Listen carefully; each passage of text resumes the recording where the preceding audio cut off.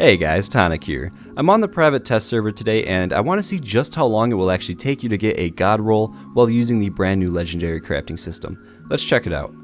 So Bethesda actually did just make a few really positive changes on the PTS server towards this legendary crafting system. So in the beginning you had a 1-star core, a 2-star core, and a 3-star, and pretty much if you took a 3-star core and put it on a fixer, you would have a 3-star fixer. The main issue with this that a lot of people were presenting to them was that you didn't want to have multiple different types of cores in your inventory, and it was just it was a lot extra RNG, and it just wasn't the best system. So what they did now was that they removed stars from legendary cores, and they're sort of going to act like legendary modules. So for example, if you have 3 legendary modules and 5 legendary cores, you can apply that to a piece of armor and turn it into a 3-star. And for weapons, if you have 4 modules and 5 cores, you can put it on a weapon and get a 3-star weapon. It might sound a little bit confusing, but when I show it here in a second, it's going to make sense. It's a lot easier to see than to hear, because there's just a lot of moving parts to this system. So this is the weapon that we're going to be attempting to turn into a god roll. It's just a standard level 45 handmade, and the entire point of me making this video is sort of to show off the new crafting system, but also to see if it's actually worth using this crafting system, because modules are not easy to come by. You can only get 10 a day, and it's going to cost you 500 script to get them.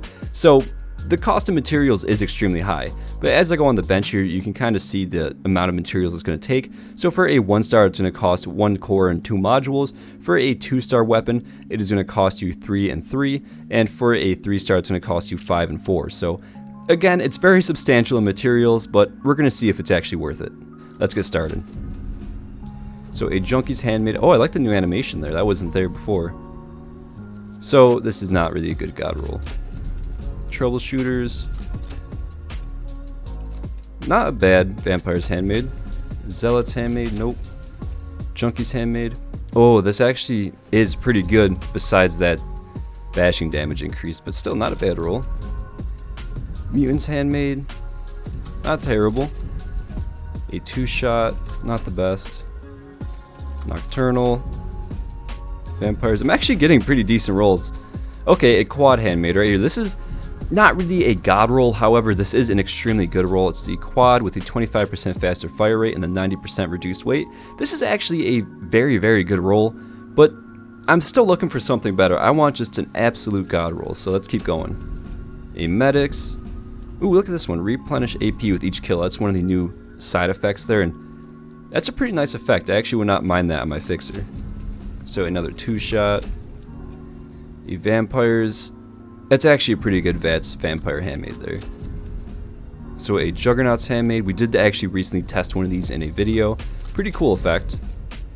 So another one with another one of the new effects. So the last round in the magazine has a 25% chance to deal 2 times the damage.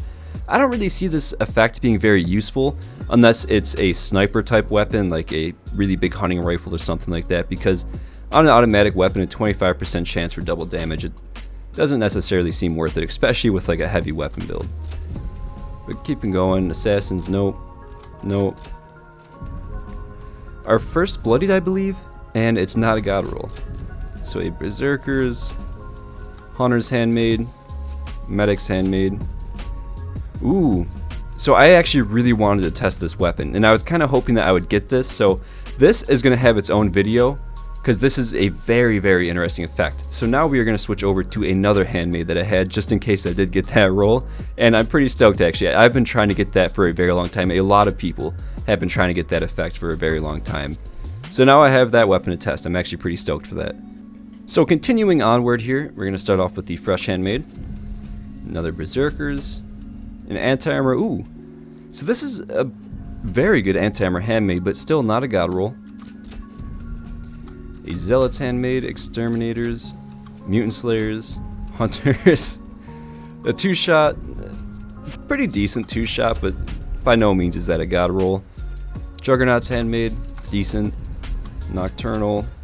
Okay, so depending on the person, this could be a very sought after roll, especially with the 2 brand new effects here. Replenish AP with each kill, and it will break 50% slower. This is actually a huge thing for most people, but if you're looking for the most damage, this is not going to get you that. But still, it's a very good roll, and I would actually keep that if I wasn't trying to do this video. So let's keep going. It's going to be hard to go past this one, because that's actually a pretty good roll, but I got to get rid of it. So Executioners, that's a pretty good VATS. Executioners. Decent. Not very good. Nope. Oh man, a 25-25. Wow. So, this, I believe, would be considered a god roll. I do think so. I have not tested this effect. Not many people have tested this effect yet. So, I'm actually going to use this one to test that effect, because this, wow, this is a nasty roll. Yeah, this, I believe that this would be considered a god roll. However, I haven't properly tested this effect, so I'm not sure if it's going to be like the top tier effect, but it does seem like it's going to be. So I believe it actually only caps at 24% damage bonus, so on the terms of bloodied and anti-armor and stuff, it still won't really compare, but that is pretty sick. So we're going to go to this one, because this one is definitely worse. And we're going to keep going. A quad. Decent handmade. Ghoul Slayers. Wow, okay, so another 25-25 quad. So this one, I guess, would be considered a god roll, actually. This is a very, very good roll. Now, before we continue with this video, I do actually want to go here and point out that the amount of legendary modules that we have been using during this crafting thing is absolutely absurd. They gave us so many to mess around with. So right here is your daily limit that you can actually buy. You can only buy 10 legendary modules, and that's going to cost you 500 script. So it's going to cost you a ton of modules, it's going to cost you a ton of script. So the amount of legendary cores that I'm using and legendary weapons that I am rolling is not very realistic on how many you would actually be able to do without just grinding for like a month at a time. So do keep that in mind, that this is not really how it's going to be on live servers. These will actually be somewhat hard to come by and will take a little bit of grinding to get the proper materials. So now that those two handmaids do have a pretty decent roll, we're going to try this out with an Antiarmor Fixer, and this time I am actually going just for an absolute god roll. If it takes all the modules, then so be it. I am just going to send it and see what we get. So we're going to start it off with a Nocturnal, Ghoul Slayers, a Junkied, not a god roll, a Furious, a Stalkers, actually kind of decent, Instigating, Berserkers, Ghoul Slayers, 2-shot, a Junkied. I believe that I'm about to be attacked. And we're going right back to it. Okay, so back to this one. Ooh, okay, Explosive Medics, 2-shot, Instigating, Vampires, Mutant Slayers, Mutants, Furious.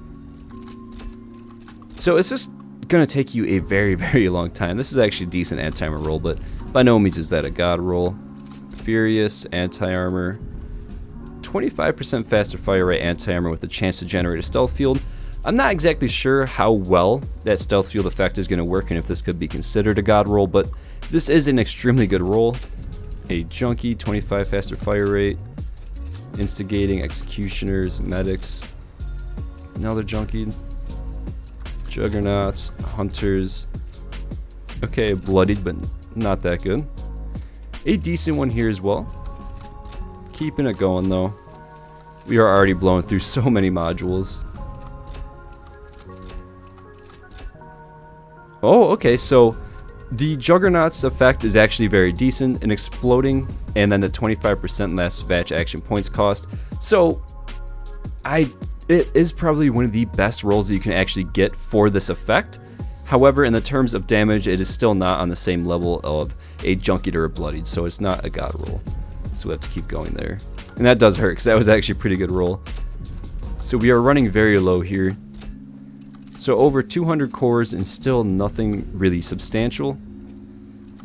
That one's decent, but not the best. Stalkers, Furious, Assassins. Bloodied, okay, so 25% faster fire rate plus perception, so that'll actually help your VATs. This again is kind of like just on that line of being almost a god roll, because this is actually a phenomenal roll. And even if it is the case, we did almost spend over 200. Actually, I think we did go over 200 modules just on this roll here, and that would take you a very long time to get. So we might as well finish it off here. Zealots, 2-shot, Zealots, Suppressors, Anti-armor, decent anti-armor, so now we can only go for a 2-star, and that will do it. So in complete honesty, after spending all of that material and time crafting these weapons, I honestly don't really see how it's that much different than just going down to the purveyor and spending your script on a random 3-star weapon. It seems to have the same amount of RNG involved with it. Sure, you can actually choose to just specifically roll a fixer or specifically roll a handmade, but even then, the effects are total RNG, and it seems to take a very long time to actually be able to get the effects that you want. So I'm not exactly sure how worth it it's going to be, but I guess over time, as you just do events and you generate these things and you do hold on to them for a little bit, it might be a nice thing to go out there and roll. I think it's going to be really cool for sentimental value. For example, if you have a weapon that you've been using for a very long time, let's say you got this thing at level 40 and it's been with you to level 200, but it's just not that good of a roll on the end game. Now you can actually go out there and re-roll this and keep that same weapon with the sentimental value and make it something actually usable. So I think it's really cool for that purpose, but as a whole of trying to go for god rolls, it's going to take you a very, very long time.